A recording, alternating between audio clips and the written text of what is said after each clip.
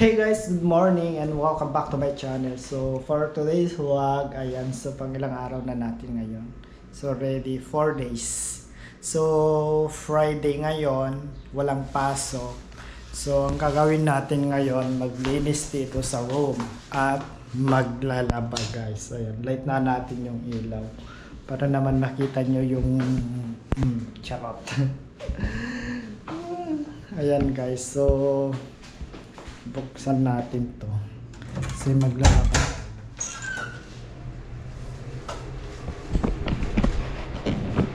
So dito tayo maglalabas sa CR natin. Ayan,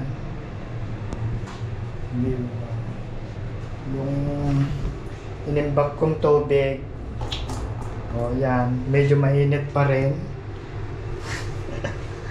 Mainit pa rin guys. So tignan natin kung walang naglalaba dito sa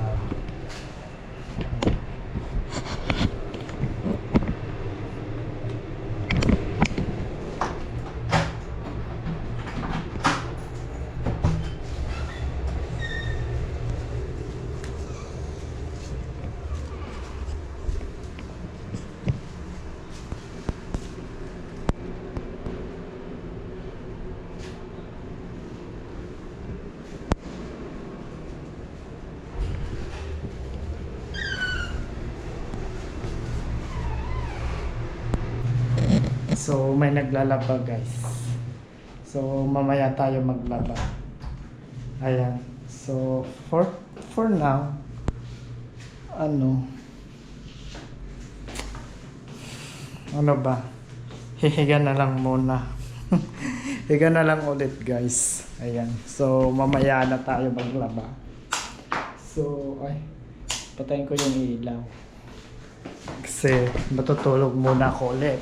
So ang oras na ngayon dito guys is 10:45 AM.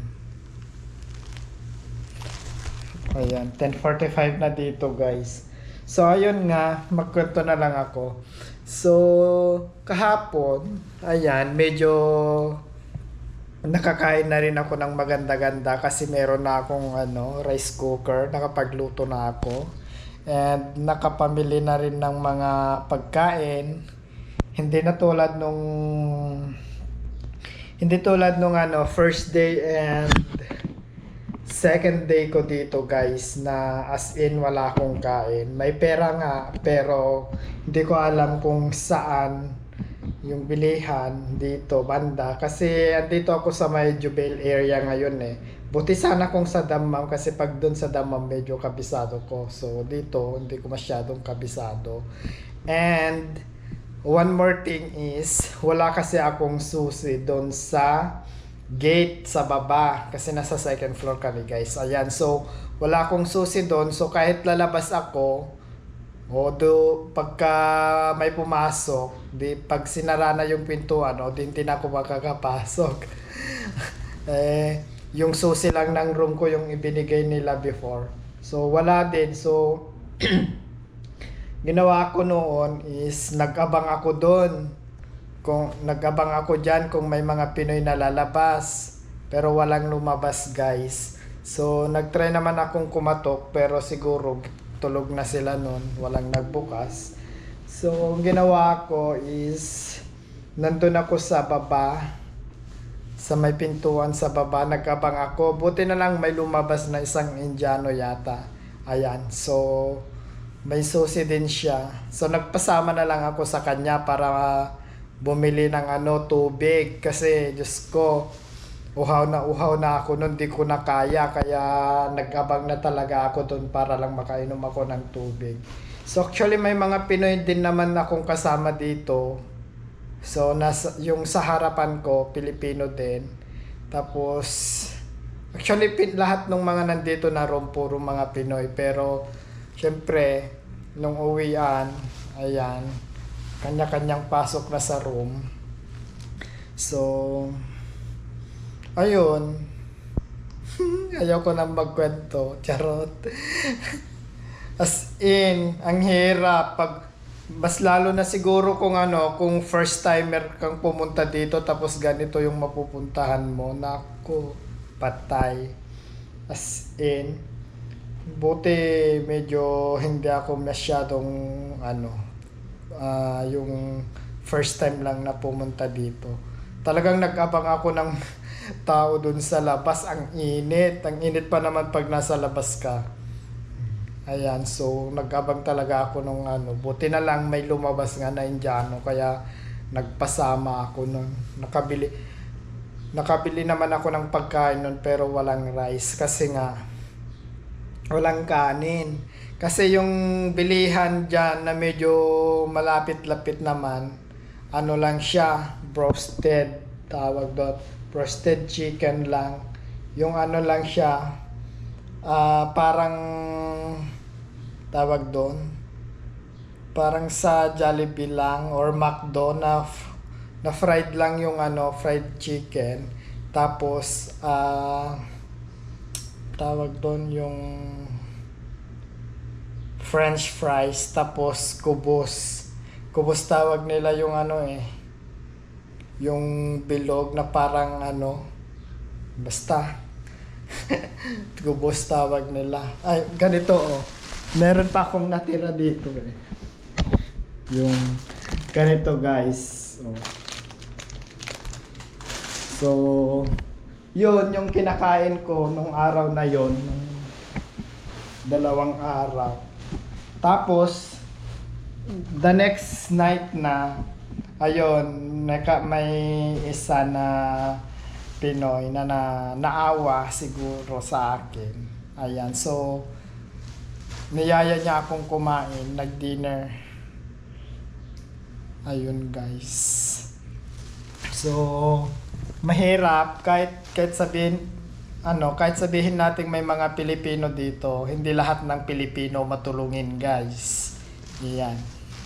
So deadma lang sila pagka may mga bago. Ganun guys.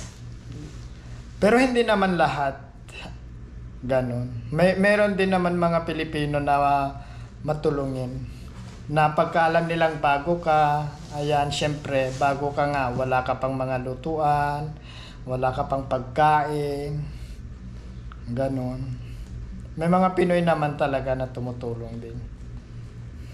Yan, so hindi lahat guys. Pero hindi nga lang lahat. So, yun guys, kwento ko lang yung buhay ko dito.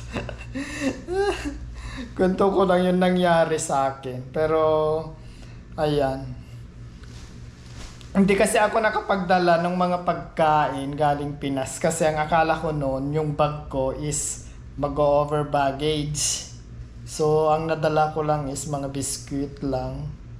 Pero yung mga So kahit naman pala nagdala ako ng mga dilata, wala rin naman pala akong lutuan na rice cooker, ganun, wala rin ako nabiling bigas pa. So hindi rin pala ako makakakain kahit magdala ako. So ayan guys, buti na lang kahapon, ayan. So nakisuyo na talaga ako dun sa mga Pilipino dun na kung pwede bumili kami. So ginusto naman nila guys, and nakabili nga kami ng mga gamit ko dito, tapos mga rice. Kaya kagabi nakapagluto na ako. So nakakain na ako ng maayos-ayos kagabi guys. Ayan, so ayun lang. So mamaya maglalaba ako, then higa ulit kasi Friday ngayon, bakasyon dito guys. Ayan. So, ayun guys, hindi ko na-vlog yung paglalaba ko kanina. So, actually, tapos na ako. Tapos na nakapaglaba. Pagsampay na din ako. So, eto na sila guys. Ayan. Oh. So, itong sampayan, binigay din nila to guys. So dito lang sa loob na din ng kwarto ko nilagay. Kasi wala naman kaming sampayan dyan sa labas. And pag sa rooftop naman guys, syempre, Diyos ko, maalikabok, baka mamaya biglang mag-sunstorm. Ayan, magiging disaster yung mga nilabhan natin. So yun guys, tapos nang nakapaglaba, tapos nang naglinis dito sa room, and meron pa naman akong tirang pagkain kagabi kasi nagluto ako kagabi ng tinolang manok. Ayan, so yun na lang yung magiging breakfast and lunch ko. And ayan, ganito na lang buhay dito guys kasi wala rin naman sasakyan. And nakakatamad din naman lumabas na mag-isa lang.